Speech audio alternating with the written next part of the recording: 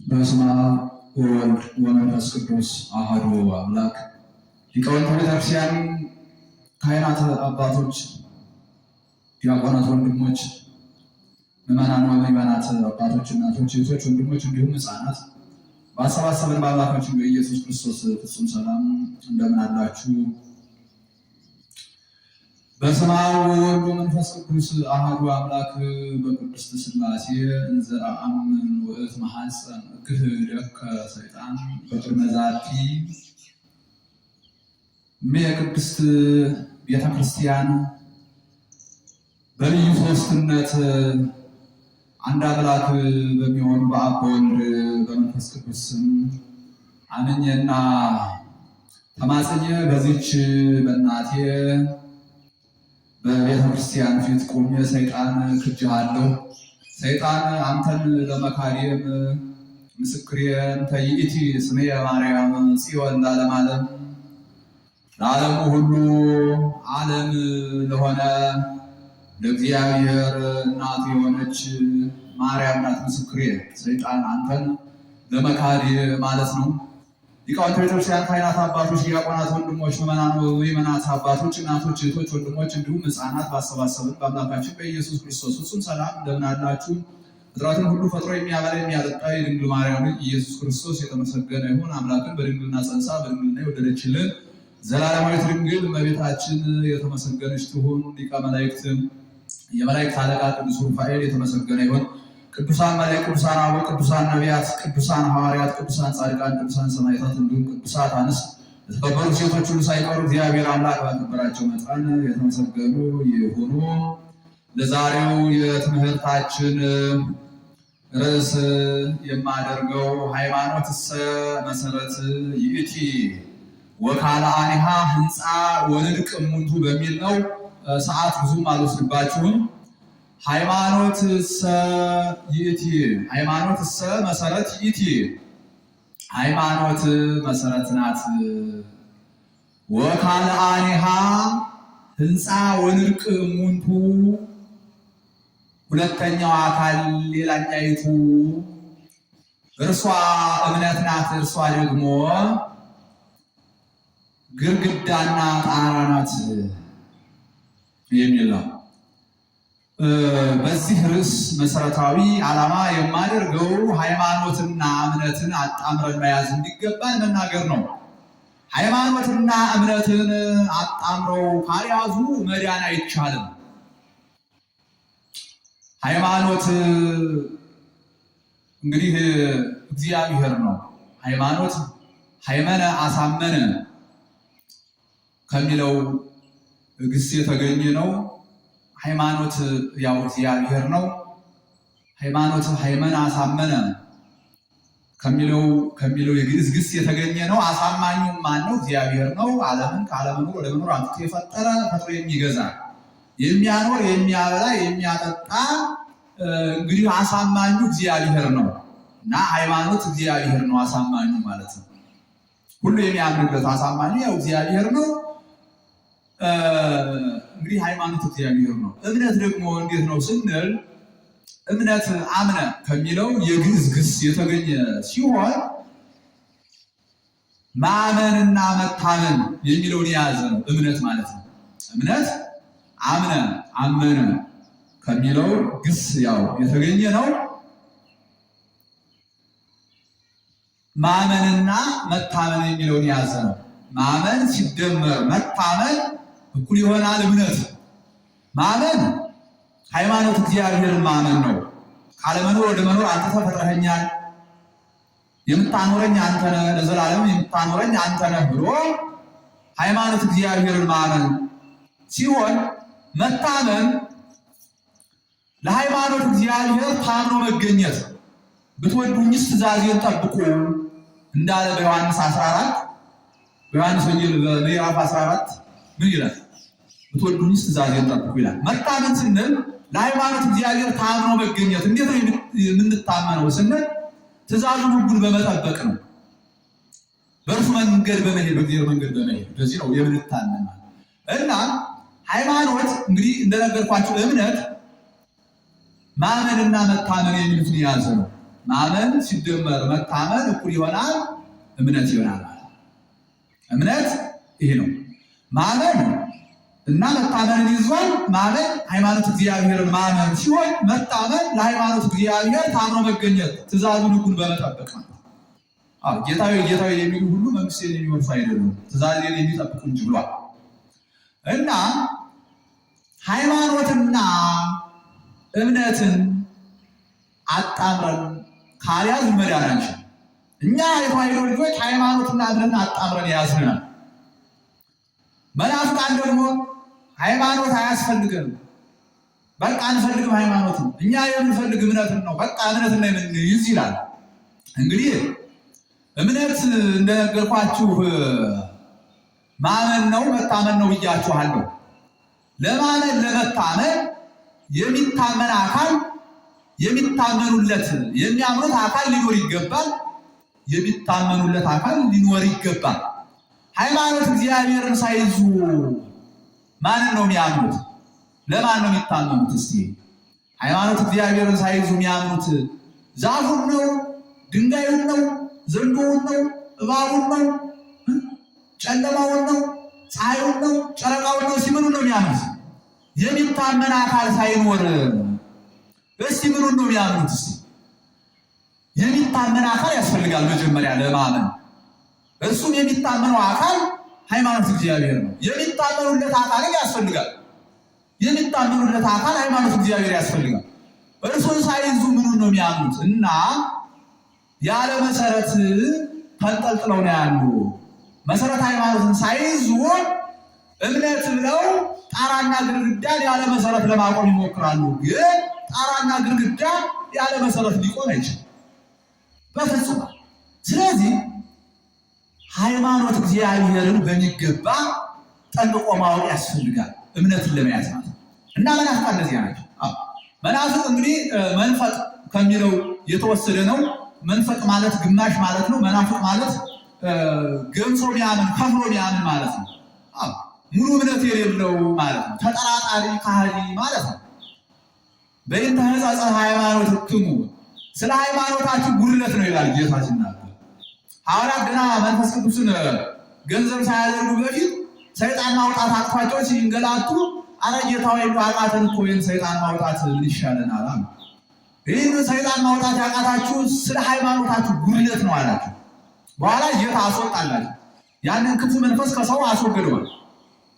አሁን ስለ ሃይማኖታችሁ ጉድለት አለ። በኋላ መንፈስ ቅዱስን ከተዋህዱ በኋላ መንፈስ ቅዱስን ገንዘብ ካደረጉ በኋላ ሁሉ ተችሏቸዋል። እና መናፍቃንም ስለ ሃይማኖት ጉድለት እየተጎዱ ይገኛሉ። ስለ ሃይማኖታቸው ጉድለት ማለት ሃይማኖትን ገንዘብ ሳያደርግ ከፍለው ነው የሚያምኑ ብያቸዋል። ከፍለው ነው የሚያምኑ። ከፍለው ካመኑ ደግሞ ጎደሎ እምነት ስራ ይሰራል። ጌታ ከሐዋርያት ጋር እኮ በመርከብ እየሄደ በጀልባ እየሄደ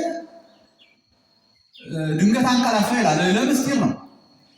ፍጹም ሰው መሆኑን ለማሳየት ነው። ፍጹም ሰው ፍጹም አምላክ ነው። ታዲያ ግን ማይበር ሲነሳ ጴጥሮስ ስንጠፋ አይገድምን እያለ ጮኸ። ተነሳና ጌታ ግን ለምን ትጠራጠራላችሁ? እኔ ከእናንተ ጋር ሆኛል። ማይበርን ጸጥ አደረገው። ተመልከቱ። ሙሉ እምነት ያስፈልጋል ማለት የሰናፊ ቅንጣት የምታህል እምነት ቢኖርህ ተራራውን ተነቅለህ ከዚያ ተተከል ብትለው ትእዛዝ ይፈጽማል ይላል። ሰናፍጭ ትንሽ ናት፣ ቅንጣት የምታህል ነገር ግን ትንሽ እምነት ቢኖርህ ማለት አይደለም። የሰናፊ ቅንጣት እምነት የሰናፍጭ ቅንጣት የምታህል እምነት ቢኖርህ ማለት ትንሽ እምነት ቢኖር ማለት አይደለም። ፍጹም የሆነ እምነት ማለት ነው።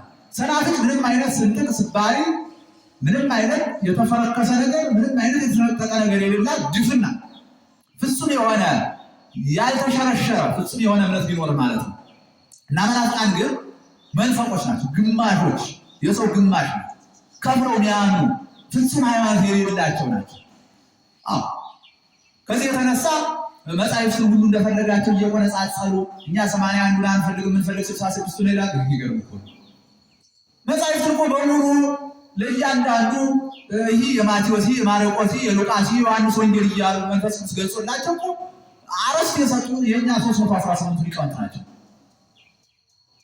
ሰለስቱ ምዕት አሰርቶ ሰመንቱ ርቱዓነ ሃይማኖት የሚባሉ አባቶቻችን ናቸው። 318 ሊቃውንት ሰለስቱ ምዕት አሰርቶ ሰመንቱ ርቱዓነ ሃይማኖት የሚባሉ 318 ሊቃውንት አመን ከኛ ነው እኮ የሚወስድ ሲጀመር። ታዲያ ደግሞ ገጥነው ገጣጥረው በቃ 66 ነው የሚወስድ 81 ምናምን ፈልግኝ ይላል። ጉድ እኮ 15ቱን ገጥለው ጥለው ማለት 66 እንኳን በትክክል እኮ የሚቀበሉት አይደለም። በራሳቸው ማስተዋልና ጥበብ ተደግፈው እንግዲህ ሃይማኖት የሚጨምሩበት አይደለም የሚቀንሱትም አይደለም። እንደፈለጉ ማለት ነው በራሳቸው ማስተዋልና ጥበብ ተደግፈው እየዘራረቁ እየቆነጻጸሉ ቀላል አማርኛ በሚል ትርጉማቸው መጽሐፍ ቅዱስ በሙሉ ዝርዝር ቃል አጣሙ ነው የጻፉት። አሁን በመሸ ሰዓት ወደ ሰዶም ሀገር ሁለቱ መላእክት ሲገቡ ሎጥ በመላእክቱ ፊት ሰገደ ይላል። አሁን ለመላእክት ስግደት አይገባም ብለው ስለሚቃወሙ በመላእክቱ ፊት ተዘረረ ብለዋል። ሎጥ ሰገደ የሚለው ልክ እንዲህ ነው። እያጣመሙ በመጽሐፍ ቅዱስ ሃይማኖት የሚለው እምነት እያሉ በራሳቸው ቋንቋ ዘመናቀው ጽፈው ያው ትውልዱን እያሳቱ ይገኛሉ መናፍቃን። እና ሃይማኖትና እምነትን ገንዘብ ካደረጉ ብቻ ነው መዳን የሚቻል ይገርማቸው። እና ሃይማኖት ላይ አይቀበሉም። እናንተ ሃይማኖተኞች ይላሉ። እኛን የነቀፉ እየመሰላቸው የሰደቡ እየመሰላቸው እናንተ ሃይማኖተኞች ይሁን። ግን እኮ መንፈስ ቅዱስ በግድ አፋቸውን ጸፍቶ ለእኛ እያስመሰከሩልን እኮ ነው ሃይማኖተኞች ብለዋል። እኛ እግዚአብሔራዊ ነን፣ እግዚአብሔራውያን ነን። እኛ ሰይጣናውያን አይደለም። መንፈስ ቅዱስ በጠላት አንደበት እየመሰከረልን እኮ ነው። የጠላት ምስክርነት በጣም የጸና ነው። ይገርማችሁ።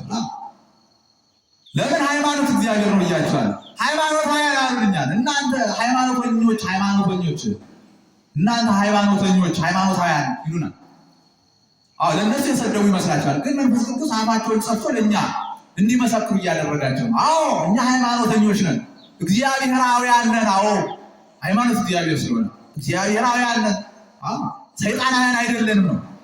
ተመልከቱ። እና እምነት ይላል። ይገርማል። ሃይማኖት የሌለበት ጊዜ የለም። ሃይማኖት እግዚአብሔር ነው። እግዚአብሔር የሌለበት ጊዜ የለም። እግዚአብሔር ሃይማኖት እግዚአብሔር መጀመሪያ የሌለው መጀመሪያ ነገር ማለት ነው። ሃይማኖት ያለ እምነት መኖር ይችላል። ራሱን ችሎ ከጥንት የነበረ ነው። ለወደፊት ያለ እምነት መኖር ይችላል። ሃይማኖት ግድ የለበትም። ባናምን የምንጎዳኛለን።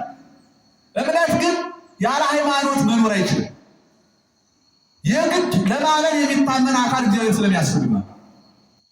ሃይማኖት እንደሆነ ሲጀመር እንደነገርኳችሁ ሃይማኖት መጀመሪያ የሌለው መጀመሪያ ነው። ሃይማኖት እግዚአብሔር ስለሆነ እምነት ግን መጀመሪያ የሌለው መጀመሪያ አይደለም። እምነት ያልነበረበት ጊዜ ነበር።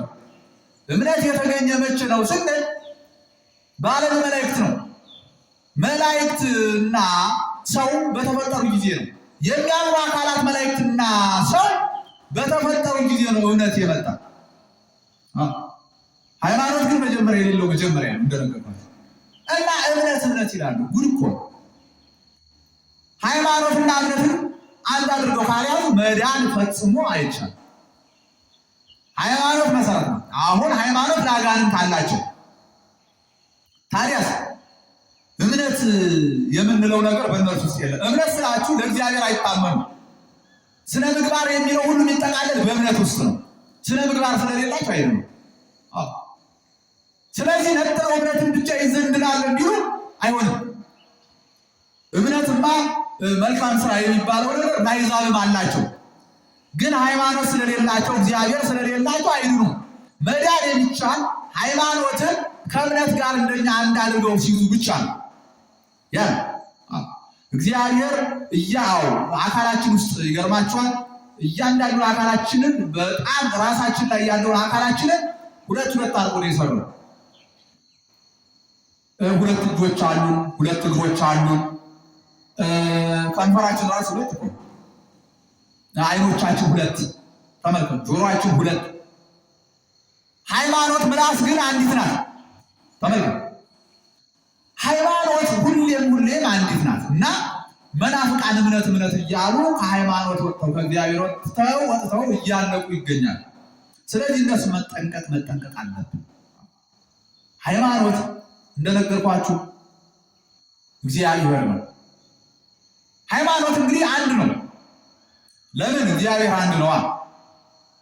ሃይማኖት ራሱ እግዚአብሔር ነው። ሃይማኖት ሲቀጥል ስለ እግዚአብሔር የምንማረው ትምህርት ነው አስተምህሮቱ። ስለ እግዚአብሔር የምንማረው ትምህርት ቀዳማዊነቱን፣ ማዕከላዊነቱን፣ ዳህራዊነቱን ከዓለም በፊት የነበረ መጀመሪያ የሌለው መጀመሪያ መሆኑን አሁን በማዕከል ዓለም ያለ በዘመን መሃል ያለ መሆኑን ዘመናትን አሳልፎ የሚኖር ዘላለማዊ መሆኑን እኛንም ለዘላለም የሚያኖር መሆኑን ፍጥረትን ሁሉ ፈጥሮ ማብላቱን ማጠጣቱን ሰውን ለማዳን ከሰማየ ሰማያት መውረዱን ከእናቱ መብርሃን በድንግልና ተጸንሶ በድንግልና መወለዱን ለዓለም ቤዛ የሆን ዘንድ በቀራንዮ አደባባይ መሰቀሉ፣ መገረፉ፣ መሰቀሉ፣ መገደሉ፣ መሞቱ፣ መቀበሩ በሶስተኛው ቀን ሞትን ድል አድርጎ መነሳቱ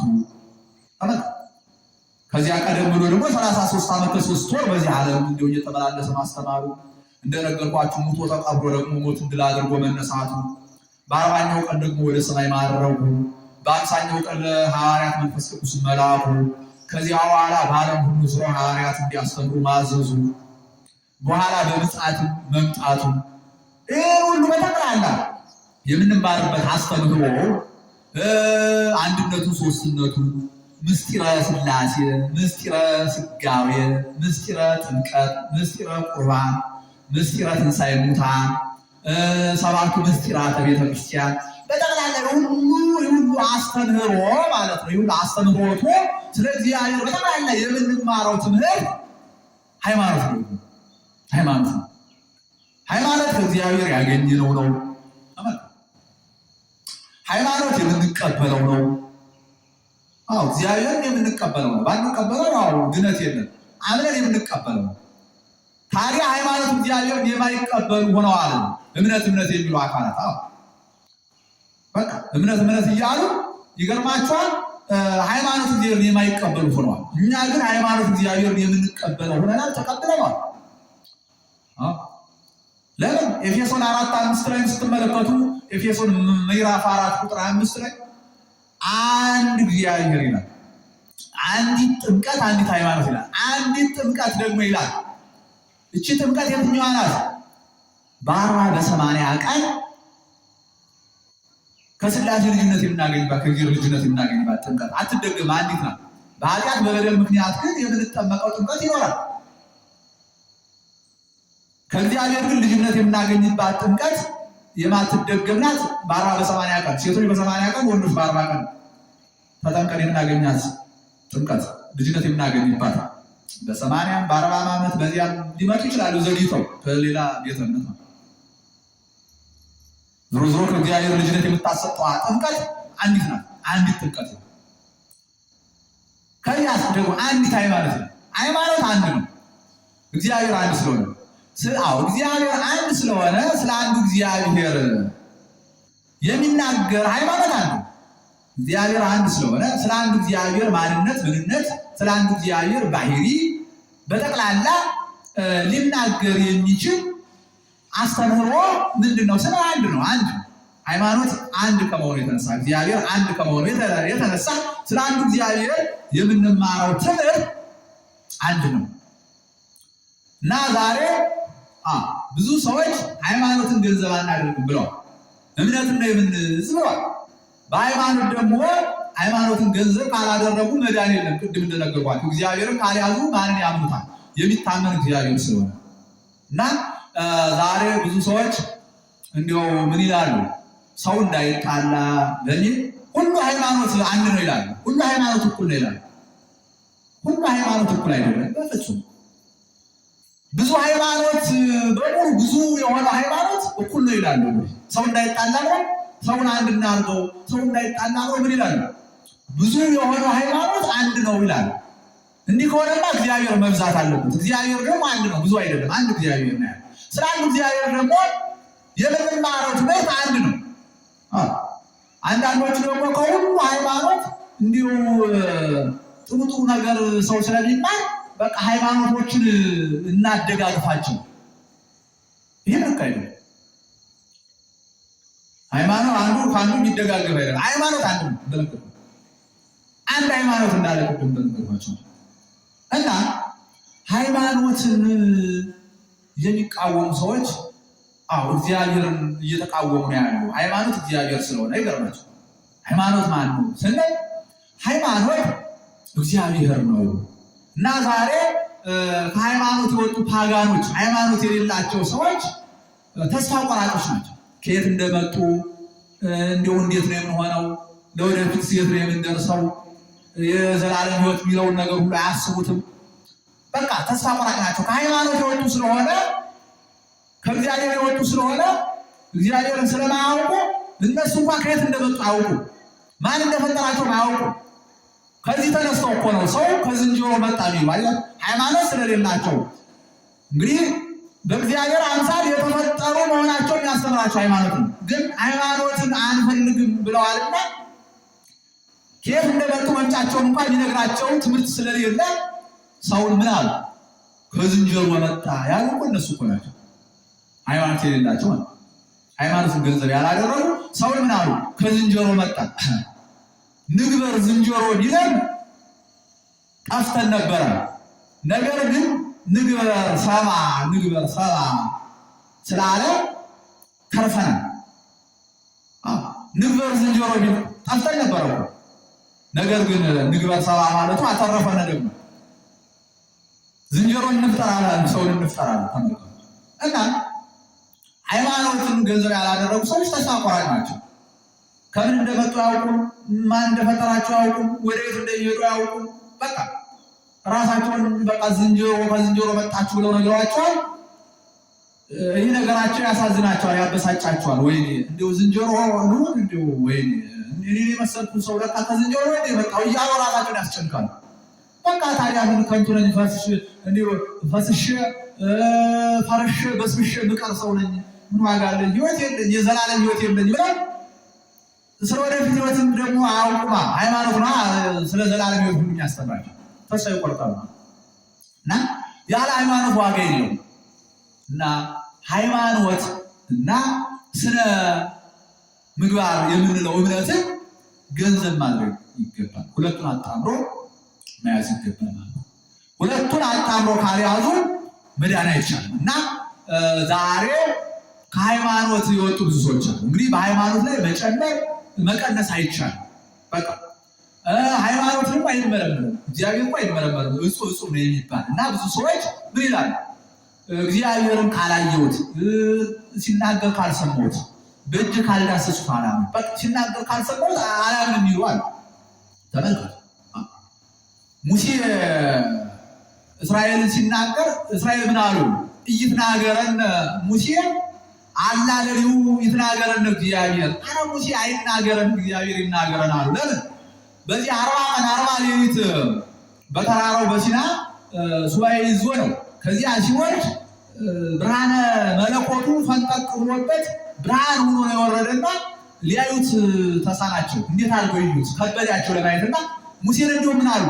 ተገልበ ብለነ አረ ተሸፈንን ብለዋል። ከዚህ የተነሳ ሲናገርን የማይችሉት ሆነና አረ ሙሴ አይናገረን እግዚአብሔር ይናገረን ብለዋል። በኋላ ደግሞ እንዲህ ሲሉ እግዚአብሔር ደግሞ በአንድ ደመና ሆኖ በደመና ሆኖ ድምፁን ልክ እንደ መብረቅ አድርጎ ሲያሰማቸው በጣም ደነገጡ። ድምፁን መስማት አቃታቸውና ምን አሉ?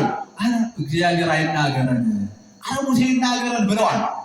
እና እግዚአብሔር ካልተናገረን የሚሏል። እግዚአብሔር እንዴት ነው እሱ ተናግሮኛ እኔን አይቶ በፊቴ መቆም የሚችል የለም ብሏል። ሙሴ እግዚአብሔርን ፊትን አሳይ እያለ ሲጨበጭበው ጌታ ግን ምን አለው? እኔን አይቶ መቆም የሚችል ፍጡር የለም አለ። በኋላ ዘመን ታየኛለህ አለ። ከእናት መብራን ሰው ሆኖ ማለት አምላክ ሰው ሆኖ ሰው አምላክ ሆኖ እና ካላየው ካልተናገሩት አይሆንም። እግዚአብሔር መናገር አይቻልም። ካላየሁት ካልዳሰስኩት የማይሆን እነዚህ አይነት ሰዎች አሁን ይብላል በልቡ አልቦ እግዚአብሔር ሰነፍ ሰው በልቡ እግዚአብሔር የለም ይላል ብሏቸዋል። እንደዚህ አይነቶች ማለት እና እግዚአብሔር አይመረመርም፣ እጹብ ድንቅ ነው የሚባል እንጂ እግዚአብሔር መመርመር አይቻልም። እንኳን እግዚአብሔር እኛ የራሳችን ማንነት እንኳን አናውቀው፣ እንኳን ስለ እግዚአብሔር ስለ ራሳችን ማንነት አናውቀው። ከእናት ዘር ተከፍሎ ከአባት ዘር ተከፍሎ ከእናት ደም ተከፍሎ በእናት ማህፀን በሰፋድር ተጠቅለን በዚያ በፅንስ እያለን እንዴት እንደሆነ እኛ አናውቀው። ከዚያ ደግሞ እግዚአብሔር በቸርነቱ በዚያ ሲጠብቀን ትንፋሽ ሰጥቶ ማለት ነው ሳንታፍን በማኅፀን ውስጥ ታፍረን ሳንሞት እናቶቻችን የሚበሉት የሚጠጡት እንደው ተጭኖ እንዳይገለን ያን ሁሉ ጊዜ በረቂቅ ጥበቡ እየጠበቀ ያን ሁሉ እኛ አናውቀው። ስንወለድ እንዴት እንደሆነ አናውቅም። 9 ወር ከ5 ቀን በእናት ማኅፀን ስንኖር አናውቅም። ከዚያ በኋላ እንደው ጠንከር ብለን እስከምናድግ ድረስ 4 ዓመት ያን እኮ አሁን እኔ በ4 ዓመቴ እንኳን በ4 ዓመቴ በ7 ዓመቴ ምን ሰራ እንደነበር አላስታውስም። እረሳለሁ ማለት ስለዚህ ከዚያ ሰውነት ራሱ እንዴት እንደምንጨምር አናውቅም እኮ። ስንወፍር ያው እናውቀዋለን ማለት ስንወፍር ውፍረታችን እናያለን እንጂ በምን መንገድ እንደወፈርን አናውቅም። ቁመታችን ራሱ ሲያይ ማደጋችን እናያለን እንጂ እንዴት ቁመት እንደምንጨምር አናውቅም። ስለራሳችን ማንነት እንኳን መመርመር አንችልም፣ እንኳን ስለ እግዚአብሔር ማለት እናንተን እኛን ገጭሙላችሁ ነፍስ እንዳለን እናምናለን። ነፍስ ነው እንግዲህ እንድንበላ እንድንጠጣ የሚያደርገን እንድንቀሳቀስ ወዲያ ወዲህ እንድንል እንድንናገር ይህ ሁሉ የሚያደርግ ነፍስ ነው። ተመልከቱ እናንተንም እኛንም ማለት ነፍስ ባይኖር በድን ነው አስከሬን ነው ማለት። አሁን ነፍሳችን እንኳን እንዴት አይነት ልጅ እኛ እናውቃለን። ነፍሳችን እንኳን መመርመር አንችልም። ነፋስን እንኳን አሁን ማየት አንችልም። ነፍሳችንን ማየት አንችልም። ነፋስን ማየት አንችልም። አሁን ነፋስ ምን እንደሆነ እኛ እናውቀው። ነፋስ ግን ምን መሆኑን አባቶች ይነግሩናል። እስመ ባሪያሁ ጸሊም ነፋስ ጥቁር እንደሆነ ብቻ የበቁ አባቶቻችን የነፋስን መልክ አይተው ይነግሩናል። ጥቁር መሆኑን አይተው የበቁ አባቶች። ከዚያ ውጭ አሁን እኛ ነፋስ ምን እንደሆነ አናየው፣ ግን ነፋስ እንዳለ በምን እናውቃለን? ባህርን ሲገስጽ፣ ዛፎች ሲያወዛውዝ እንዲህ አይነት ነው እና እንደነገርኳችሁ የራሳችን ማንነት የማናውቅ ነፍሳችን እንኳን ምን አይነት እንደሆነ የማናውቅ እኛ ነፍሳችን ማየት የማንችል ነፋስን ማየት የማንችል ልዑላን ከልዑላን በላይ ልዑል የሆነ እግዚአብሔር ረቂቃን ከረቂቃን በላይ ረቂቅ የሆነ እግዚአብሔር ካላየው ማለት ይህ ስንፍና ነው። ማመን ብቻ ነው። ምን የሚገባ እጹብ ነው የሚባል እግዚአብሔር እና ምንድን ነው ያለው በአሁኑ ጊዜ ስንል የክደት አካላት ምንድን ነው እያደረጋል? ሃይማኖት የሚባለውን ነገር ትተዋል ማለት ሃይማኖት እግዚአብሔር ነው። ከእግዚአብሔር ወጣው እምነት እንይዛለን ብለው ማንም እንደሚያምኑ ግን አውቁ የሚታመን አካል የግድ ስለሚያስፈልግ እና ብዙ ክደት ነው ያለ። አንዳንዶቹ እግዚአብሔርን አንድ ገጽ ይላል፣ እኛ ግን አንድም ሶስትም ነው ያለን። አንዳንዶቹ አይወርድም አይወለድም ይሏል። አምላክ ሰው ማለት ሰው አምላክ ማለት ነው። ይገርማቸው ብዙ እምነት አላቸው፣ ብዙ ሃይማኖት አላቸው። ያው ሃይማኖት ግን ትክክል ይሁን ከተባለ እግዚአብሔር ብዙ መሆን አለበት ነው። እግዚአብሔር ደግሞ አንድ ነው። እግዚአብሔር አንድ ነው። ሃይማኖት አንድ ነው። እርሷን ተዋሂዶ ናት። እና እንደነገርኳችሁ ብዙ የክደት አካላት ምድሪቱን ሞልተዋታል። ሃይማኖት ያፈነገጡ ሃይማኖት ምን ማለት እንደሆነ እንኳን የማይረዱ ብዙ አሉ እና ሃይማኖትና እምነትን አጣምረን ልንይዝ ይገባል። ሃይማኖትና እምነት በአንዳንድ መጽሐፍ ላይ አሁን መጽሐፍ ላይ ስትመለከቱ ተወራራሽ የሚሆኑበት መንገድ አለ። ሃይማኖትን እምነት ብሎ ይጠራል፣ እምነትን ሃይማኖት ብሎ ይጠራል። ለምሳሌ ምን ይላል? ሃይማኖትኪ አይወተኪ ሃይማኖትከ አይወተከ ይላል። ሃይማኖትኪ አይወተኪ ይላል። ሃይማኖትህ አዳነሽ ይላል። ሃይማኖትከ አይወተከ ሃይማኖትህ አዳነ ይላል። አሁን እዚህ ላይ ስለ እምነት እየተናገረ ነው። እምነትህ አዳነ፣ እምነትሽ አዳነሽ እያለ ተመልከቱ። በየታይሰጽ ሃይማኖት ክሙ ይህ ስለ ሃይማኖታችሁ ጉድለት ነው ይላል። አሁን እዚህ ላይ እምነትን ነው እየጠቀሰ ያለ። እምነትን ማለት ደግሞ ምን ይላል? የእምነታችን ፊት አውራሪ ክርስቶስን እንመልከተው ይላል። ክርስቶስ እንግዲህ አምላክ ነው።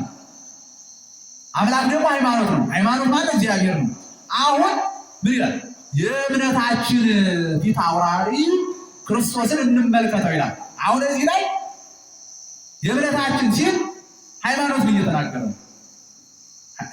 የእምነታችን ፊት አውራሪ ክርስቶስን እንመልከተው ሲል እግዚአብሔር ነው እየጠራ ያለ፣ ሃይማኖት ነው እየተናገረ ያለ እና ሃይማኖትና እምነት በአንድ ላይ ካልተያዙ መዳን ፈጽሞ አይቻልም። ለመዳን ግን ሃይማኖትና እምነትን ገንዘብ ማድረግ ይገባል። ሁለቱን አጣምረን ነው ልንይዝ የሚገባ። ቅድም እንደነገርኳቸው ሁለቱን አጣምረው ካልያዙ መዳን የማይቻል ነው። ሃይማኖት መሰረት ነው። ደግሞስ እምነት ጣራና ግድግዳ ነው። እምነት ያው ስነ ምግባር ስለሆነ ማለት እና አሁን እንግዲህ ቤት መሰረት ከሌለው ሊቆም አይችልም። መሰረት ደግሞ ቤት ከሌለው ከዝናብ አያድንም፣ ከጎርፍ አያድንም፣ ከአውሬ አያድንም፣ ከዘንዶ ከባባ አያድንም፣ ከጁ ከምኑም አያድንም፣ ከፀሐይ ሐሩርም አያድንም። ስለዚህ ግን ቤቱ ምሰሶ ምኑ ሁሉ ሊቆም ግድግዳው ጣራው ሁሉ ጸንቶ ሊቆም ደግሞ መሰረት ላይ ነው። እነዚህ ሁለቱ ተጣምረው ከሌሉ ምንም ነገር የለም እና በሃይማኖት ስንኖር ስነ ምግባር ከሌለን እምነት ከሌለን ማለት ነው እግዚአብሔርን አምነን ካልተቀበልን አምነን ካልያዝን ጥሩ ስራ ካልሰራ መዳን አንችልም። በሃይማኖት ውስጥ ሆነን ስራ ካልሰራን መዳን አይቻልም። በሃይማኖት ውስጥ ሆነን ግን ስራ ስንሰራ እንድናለን ማለት ነው። ስራ ከሌለ አይዳንም። በሃይማኖት ውስጥ ነው እንደነገርኳችሁ መሰረት ነው ሃይማኖት። በመሰረት ላይ ደግሞ ምን አለ? ግድግዳና ጣራ አለ። እንዲያ ሲሆን ብቻ ጥቅም አለ ማለት ነው። ያለበለዚያ ግን መሰረትም ከሌለ ቀላያት ይስበው ይበሉናል። አዎ ጥልቁ እንደው ይስበናል፣ ሲኦል ገሃነም ይስበናል ማለት ነው። ያለ ሃይማኖት ያለ መሰረት የምንኖር ከሆነ መሰረት የለንምና ወደ ጥልቁ የምንሳብ አጋንንት እየሳቡ ወደ ሲኦል እየሳቡ ወደ ገሃነም ያወርዱናል ማለት ነው። እምነትን ደግሞ ከሌለን ስነ ምግባር ደግሞ ከሌለን ጣራና ግድግዳ ከሌለን ከአጋንንት የፀሐይ ሐሩር ከሆኑ ከአጋንንት መከራ ከሆኑ ከአጋንንት ፍዳዎች የፀሐይ ሐሩር ከሆኑ ከአጋንንት አውሬ ዘንዶ እባብ ከሆኑ ከአጋንንት ወጀብ አውሎ ነፋስ ከሆኑ ከአጋንንት መዓት ሁሉ መጠበቅ አንችልም። ስለዚህ ልንድን የምንችለው ሃይማኖትን ከምን ጋር ስንይዝ ነው? ከእምነት ጋር በሚገባ አጣምረት ስንይዝ ነው። እና ለዚህም እንግዲህ ኤርምያስ ይነግረናል። በትንቢተ ኤርምያስ በምዕራፍ 6 ከቁጥር 16 ስትመለከቱ ወደ ጎዳና ውጡ፣ እውነተኛይቱ መንገድ የትኛዋ እንደሆነች መርምሩ ይላል። ስለ ሃይማኖት ነው። እንግዲህ በዚህ ዓለም ብዙ አይነት መንገድ አለ። እየመራ ወስዶ ከጉድጓድ የሚከት፣ እየመራ ወስዶ ከወንዝ ከሐይቅ ጥሎ የሚገል፣ ከገደል ወስዶ የሚጥል ብዙ አይነት ሃይማኖት አለ በዚህ ዓለም። ግን የትኛዋ ናት እውነተኛይቱ የሚለው መርምሩ አለ። እንግዲህ እነዚያ ሰባ ሰገል የሚባሉ የጥበብ ሰዎች ነገስታቱ ክርስቶስ ወዳለበት ሲሄዱ ለሰማይና ለምድር ንጉሥ ሊሰግዱ ሲሄዱ በመንገዳቸው የሚመራቸው ኮከብ ነበር። ግን ሲጓዝ ያን መንገድ ይህ ኮከብ ከቶ እየመራ የት ያደርሰን ይሆን? ወስዶ ከገደል ይጥለን፣ እንደው ወስዶ ለአውሬ ያስበላን፣ ከባህር ይጥለን፣ እንደው የት ያደርሰን ይሆን እያሉ ሲሉ ነበር ተብሎ ግን ወስዶ ያ እውነተኛ መንገድ ስለነበረ ከእውነት ክርስቶስ ፊት ያደረሳቸው። እና ዛሬ ብዙ መንገዶች አሉ፣ ብዙ ሃይማኖቶች ማለት ወደ ሞት የሚወስዱ ሃይማኖቶች እየመሩ ወስደው ከክደት አካላት የሚያደርሱ፣ ከሞት የሚያደርሱ፣ ከአጋንንት የሚያደርሱ፣ ከሲኦል የሚያደርሱ፣ ከገሃነም የሚያደርሱ ናቸው። ከተዋሕዶ ውጭ ያሉት ሃይማኖት ሁሉ የምንለው የተሳሳተ እምነት ስለሆነ ሃይማኖት አንድ ስለሆነ ማለት ነው። እነዚያ የተሳሳቱ ስለሆነ እየመሩ ወስደው ጉድጓድ ውስጥ ሲኦል ገሃነም የሚከቱ። ታዲያ እውነተኛውን መርምሩ ተብለናል። እውነተኛዋ ተዋሕዶ ሃይማኖት ነው። እርሷ ናት። በአሁን ተጸባብ አንቀጽ ይላል። በጠባቢቱ በር ግቡ ተብለናል። ጠባቢቱ በር ተዋሕዶ ናት። እርሷ ናት እውነተኛዋ ሃይማኖት ማለት። በእርሷ ስለሌለ እርሷ እየመራች ወደ ጽድቅ፣ እየመራች ወደ ገነት፣ እየመራች ወደ መንግሥተ ሰማያት የምታደርሰን ናት። እና ሃይማኖትና እምነትን አንድ አድርገን መያዝ አለብን። የክደት አካላትን አትስሙ፣ የመናፍቃንን ጫጫታ አትስሙ። ሃይማኖትና እምነትን አንድ አድርጎ መያዝ ያስፈልጋል። ሃይማኖት እንደነገርኳችሁ እግዚአብሔር ነው። ሃይማኖት ሲቀጥል አስተምሮት ነው። ሃይማኖት እንዲሁ ስለ እግዚአብሔር የምንማረው ትምህርት ነው ብያችኋለሁ። ሃይማኖት እግዚአብሔር ራሱ የገለጸበት መንገድ እሱ ራሱ ሃይማኖት ይባላል።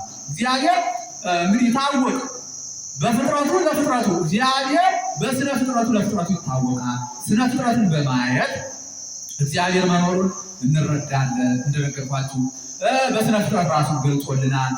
ባለአእምሮ አድርጎ አዋቂዎች አድርጎ ሕሊናን ሰጥቶ እግዚአብሔር እንድናውቀው አድርጎናል። በሕሊና ራሱን ገልጾልናል። አሁን ሰው ከሰውነት አካሉ ሁሉ የማያዘው አካል ቢኖር ሕሊና ነው።